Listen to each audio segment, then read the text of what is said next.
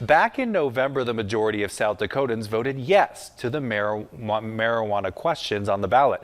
Now state lawmakers are figuring out the rules. In a press release this morning, Governor Kristi Noem says the implementation of initiated Measure 26 to give the green light to medical marijuana may take longer than expected. Austin Goss has been following that story and tells us more from the state capitol.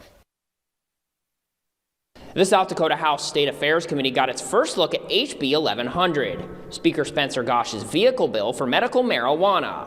A number of legislators and activists questioned the governor's office intentions with this move. Governor Kristi Noem's office officially contracted Cannabis Public Policy Consulting on January 19th, a week after the legislative session started, 77 days after IM 26 was passed overwhelmingly by South Dakotans.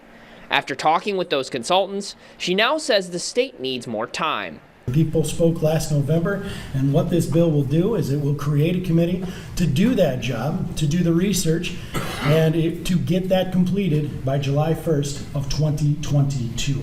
Gosch's bill would effectively nullify IM 26 and create a commission of legislators and other government officials to move medical marijuana forward. The bill calls for a new legalization date of July 1st, 2022, a full year more than what was called for in IM 26. It kind of reminds me of the hemp bill.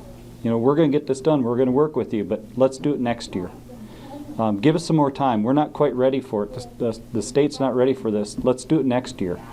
You know, this kind of reminds me of that, and it is the same type of plant, and that's what worries me about this is where does this all lead to? George Hendrickson of Sioux Falls is a longtime advocate for medicinal marijuana.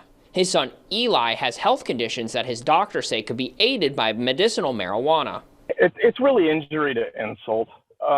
You know, we've been in peer advocating year after year after year, presenting the same information every single time. The same group of people are there. They've heard it 100 times.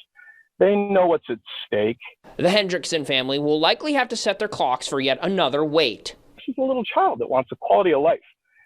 And to push us off for another year when he's in a neurological decline is very scary for me. A number of state legislators that I spoke to today said that they believe there will be no surprises with this medical marijuana bill, and that the ask for an extension was an honest request. In Pierre, I'm Austin Goss.